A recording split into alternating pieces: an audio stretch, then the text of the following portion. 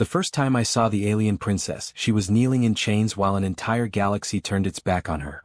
Not metaphorically. Literally. Hundreds of delegates filled the celestial conclave, towering insectoid warlords, crystalline philosophers, synthetic minds older than Earth itself, and every single one of them refused to meet her eyes. Even her own people stood rigid and silent, as if she were already dead. That should have been my warning. But warnings have a way of sounding like challenges to humans like me. And that was only the beginning. I was Captain Elias Rowan, Earth's last diplomatic envoy, stationed on the conclave as part of humanity's probationary alliance. We were the youngest species in the chamber, still considered violent, emotional, and dangerously unpredictable.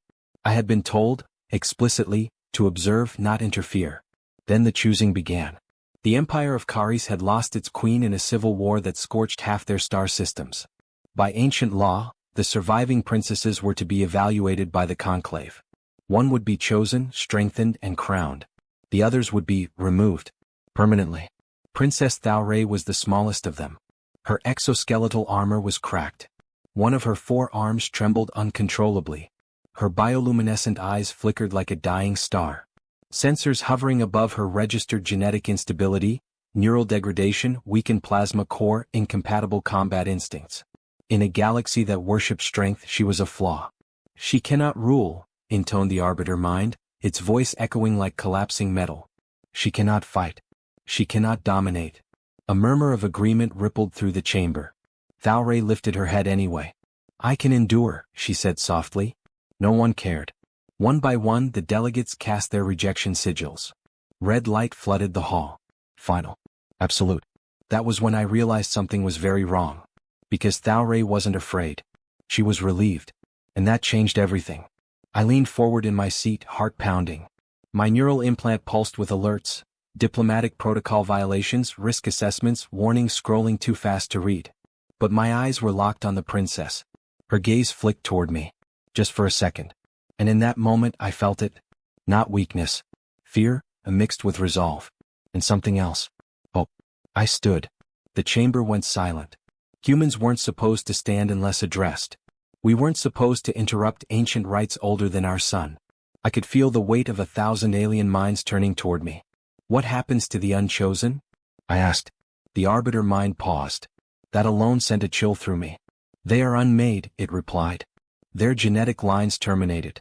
Their memories dissolved into the archive. Executed. Erased. Forgotten. Thauré closed her eyes. I didn't. Then I choose her. The words hit the chamber like a detonation. Gasp. Psychic shockwaves. Weapons half drawn. The Arbiter mind's light flared violently. You have no authority, it thundered. I know, I said. My voice shook, but I didn't stop. But humanity does not measure worth by strength alone. We choose leaders who survive loss. Who carry scars. Who refuse to break. Silence stretched thin as a blade. Then came the laughter. Cold. Alien. Endless. A single human cannot overwrite galactic law, the Arbiter said. Your species is on probation. One more infraction. I'll take responsibility, I cut in. Bind her fate to mine. If she fails, Earth pays the price. That was when the laughter stopped. None of us were prepared for the truth. The Arbiter mind recalculated. I could see it, probability streams fracturing, ancient rules colliding with something they had never accounted for. Human choice. Very well, it said at last. The human has invoked the right of bonding. Chains fell from Thauré's limbs. She collapsed. I was at her side before anyone could stop me, catching her fragile weight. She was lighter than she looked. Too light for a princess bred for war. Her eyes opened inches from mine. Why? She whispered in a voice only I could hear. I didn't have an answer. Not yet. And that was only the beginning. They gave us one cycle before the trials began. One cycle to prepare a princess deemed unfit for survival. We were escorted to a secluded spire orbiting the dead moon of Caris Prime. Medical drones swarmed Thauré the moment we arrived, projecting grim diagnostics. Her condition was worse than anyone had admitted. She was dying. Her species was engineered for dominance, genetically sculpted for conquest. But Thauré carried an anomaly buried deep in her genome.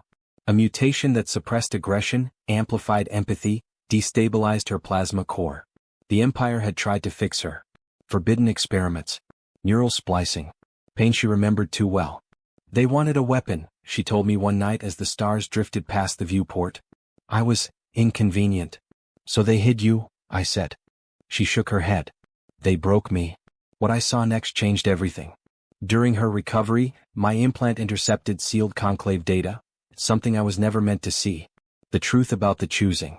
The trials weren't tests. They were executions disguised as tradition. Each challenge was designed to push the princesses into lethal failure, siphoning their genetic data to refine the Empire's next generation of rulers. Thalray wasn't weak. She was incompatible with cruelty. And that made her dangerous.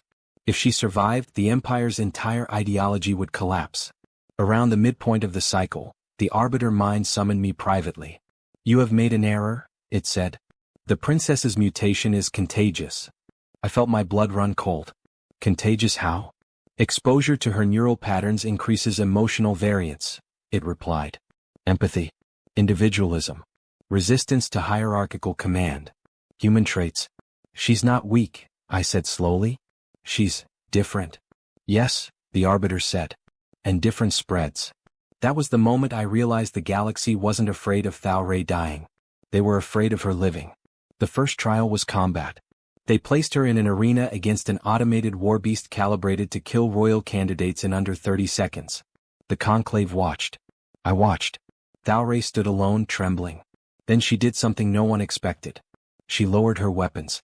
She reached out. The warbeast hesitated. Its targeting systems glitched, overwhelmed by conflicting emotional data, fear, curiosity, recognition. Thalray spoke softly, her voice carrying across the arena. You don't want this either. The machine shut down. The chamber erupted. Impossible, the Arbiter Mind hissed. But it was only the beginning. Trial after trial, Thalray refused to dominate. She listened. She negotiated. She endured pain without inflicting it. And every time the systems failed. Because they had never been designed to face compassion. That terrified them. The conclave moved to override the right. They ordered her termination. And that was when I broke the final rule. I broadcast the truth. Every hidden execution. Every erased princess. Every forbidden experiment. I sent it across every channel, every world, every mind willing to receive it. The galaxy watched its reflection shatter. Security forces stormed the spire. Alarms screamed. Thalray collapsed as her unstable core began to overload, her body failing under the strain. I held her as the stars blurred. I'm sorry, she whispered. I tried. No, I said, choking back tears. You succeeded. I linked my implant to hers, something no human had ever done. Our minds touched, pain, fear, hope intertwining. I felt her loneliness. She felt my defiance. Together we stabilized her core. Together we changed the outcome. When the conclave reconvened, the galaxy was no longer silent. Worlds rose in protest. Species long crushed under the Empire's rule demanded reform. The Arbiter Mind calculated again, and for the first time chose survival over tradition. Thalray was crowned. Not as Empress of Conquest, but as Queen of Continuance. She ruled without armies. Without fear. And the Empire endured, changed, fractured but alive. Years later, as I prepared to return to Earth, she stood beside me on the balcony overlooking Kari's prime. They never chose me, she said quietly. No, I replied. They didn't. She looked at me then, eyes steady, radiant, unbroken. But you did. And as her world's sun rose over a galaxy forever altered, I understood the truth at last. Sometimes the weakest choice is the one that saves everyone.